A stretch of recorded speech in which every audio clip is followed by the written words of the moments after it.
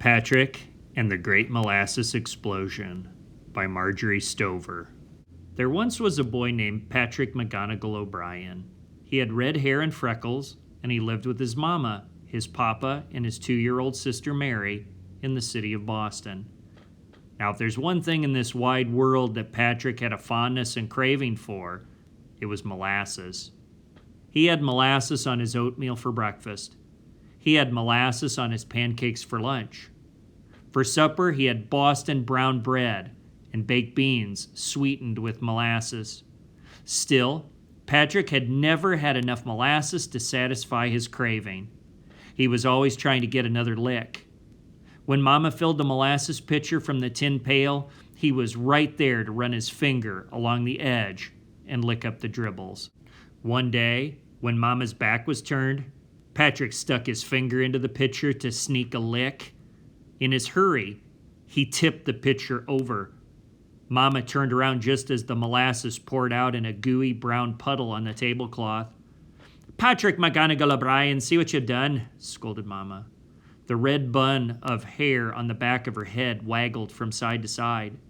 She scraped up the molasses with a spoon, but not one drop did Patrick get. Every Sunday afternoon, Papa took Patrick for a walk down along the harbor to see all the wonderful sights. Horses and buggies clattered over the cobblestones. Newfangled automobiles tooted their horns.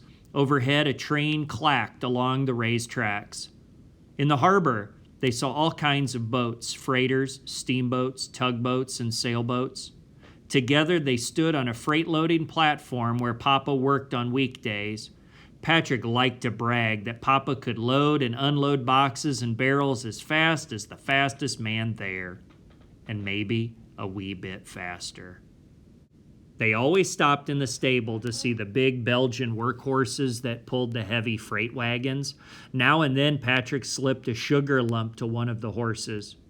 Papa teased Patrick that the horses liked sugar as much as Patrick liked molasses. The most wonderful sight of all, however, was a huge, enormous tank, as tall as a 4-story building. The tank was made of big sheets of metal fastened together with rivets.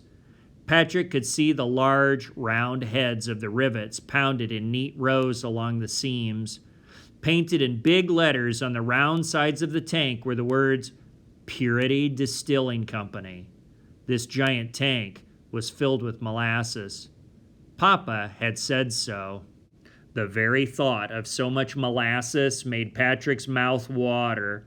Sometimes Patrick dreamed that he was seated on the edge of the tank with a giant straw, just sucking molasses all day long. One winter day when Patrick arrived home from school for lunch, Mama said, "Eat your soup and crackers and don't delay. I have a fancy to make oatmeal molasses cookies this afternoon, but the molasses pail's empty. If you hurry, you can get it filled at the Corner Star before you go back to school." At the thought of molasses cookies, Patrick's green eyes twinkled. He slurped down his soup as fast as he could. He pulled on his cap, buttoned his jacket, and hooked the wire handle of the empty pail over his fingers. "Now mind," said Mama, "don't you dare stick your finger in for a lick or not a single molasses cookie will you have." The sun was shining, and it was not a very cold day for the middle of January. Patrick ran as fast as he could to Mr. O'Connor's store. When the storekeeper saw Patrick swinging the molasses pail, he shook his bald head.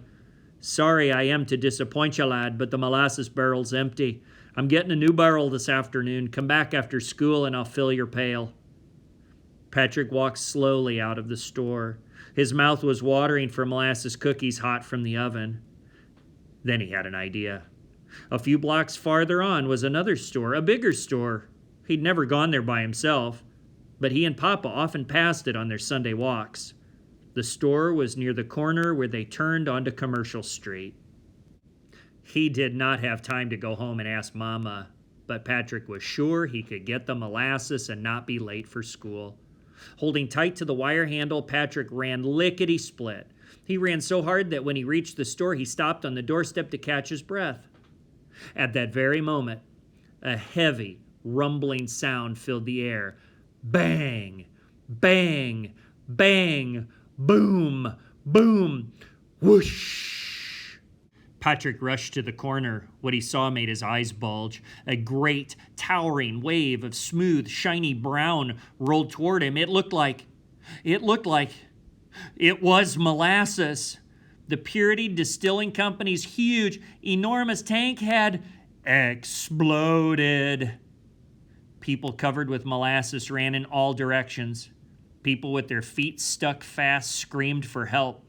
Horses struggled in the sticky mess. Above all the noise and chaos, 3 long alarms sounded loudly through the streets. All the while, the river of molasses rolled toward Patrick. Without stopping to think, he bent down by the corner of the building. Grabbing the lid off his pail, he held it out. The molasses poured into the pail, nearly jerking it from Patrick's hands. He pulled it back and clapped on the lid. The molasses spread up the side street and lapped around Patrick's shoes. Patrick tried to run, but he lost his footing in the gooey river. Down he went. His hand held tightly onto the pail. As he rolled over, a hand grabbed him. "Are you all right, boy?" A man with hair as red as Patrick smiled down at him. Strong hands pulled him to his feet. Patrick nodded as he wiped his sticky face with a sticky hand. Before he could even say thank you, the man was gone. Patrick's shoes, his pants, his jacket, and his cap dripped with molasses.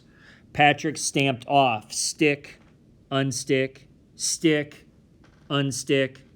The terribly sweet smell of molasses filled the air. Around him, men shouted, women screamed, and a horse neighed. Behind him, buildings crashed. Patrick, however, did not look back. He was too busy licking molasses. Lick, lick. He licked first one hand and then the other. Women called to him from their doorsteps. Patrick did not answer. With his thumb, Patrick wiped the molasses from his face. Lick, lick. He walked slowly on, the pail of molasses dangling from one hand. Stick, unstick, lick, lick, stick, unstick, lick, lick. Patrick ran his thumb over his jacket. Lick, lick. As he made his way home, Patrick became worried.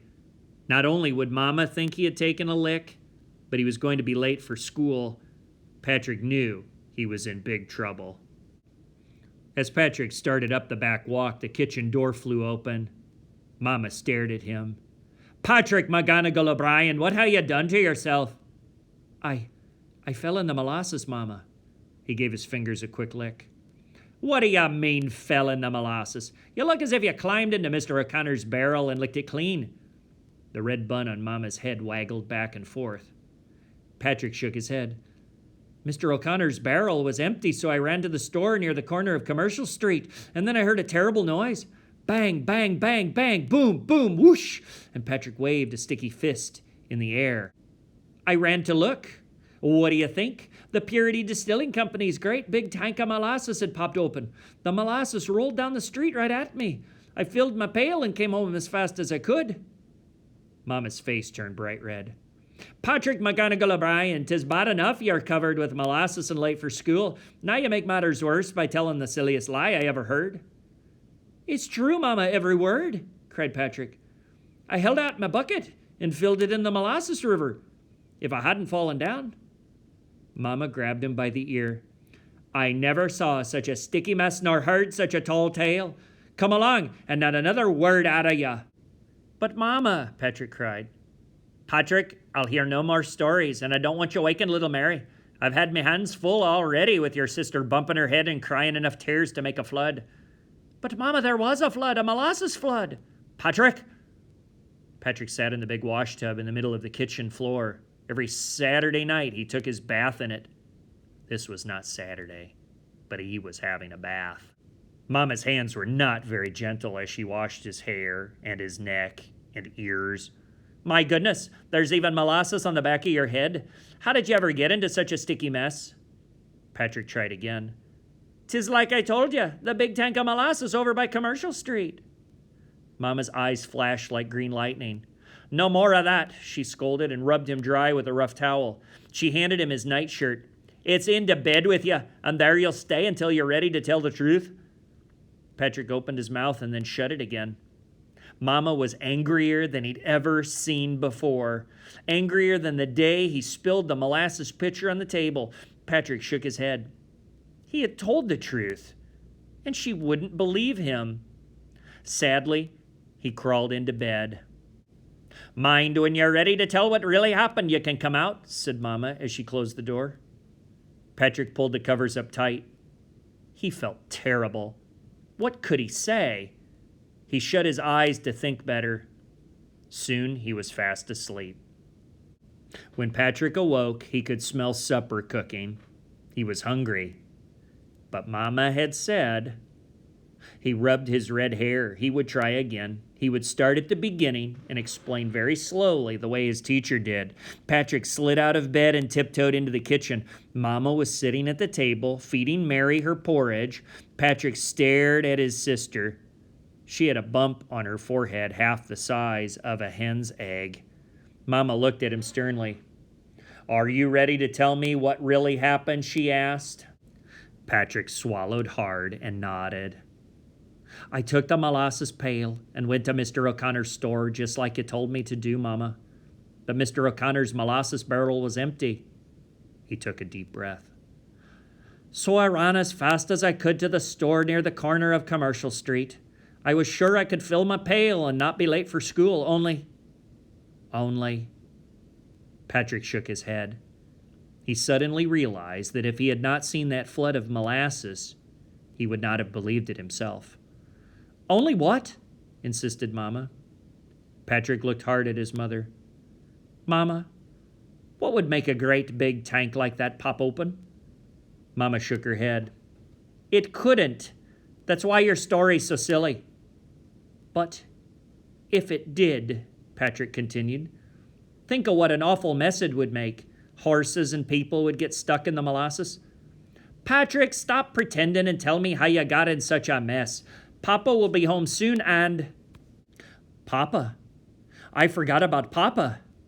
Patrick's face turned white beneath his freckles. I wonder where Papa was. Papa? Papa's at... Mama stopped short. Before she could say another word, the kitchen door opened and Papa stepped in. Well, at least Patrick thought it was Papa. From head to foot, he was streaked with molasses.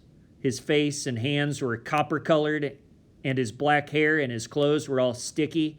Papa closed the door behind him, and the heavy, sweet smell of molasses filled the kitchen. Mama gave out a loud cry.